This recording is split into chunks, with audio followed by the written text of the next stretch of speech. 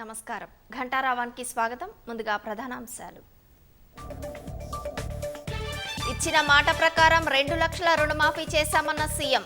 రాజీనామాకు సంగతేంటని హరీష్ రావుకు రేవంత్ సూటి ప్రశ్న.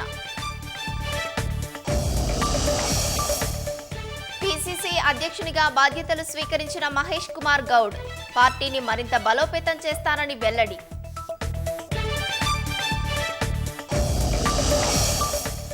ఆర్జీ మాజీ ప్రిన్సిపల్ సందీప్ ఘోష్ కోర్టులో ప్రవేశపెట్టిన సిబిఐ 3 రోజుల రిమాండ్కు అప్పగించాలని విజ్ఞప్తి. బెంగళూరులో చూపర్లను ఆకట్టుకుంటున్న ఆటో షో, ప్రత్యేక ఆకర్షణగా నిలిచిన వింటేజ్ కార్లు.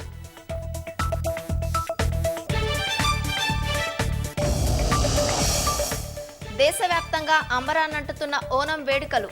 కేరళతో పాటు వివిధ రాష్ట్రాల్లో జరుపుకుంటున్న మలయాళీలు.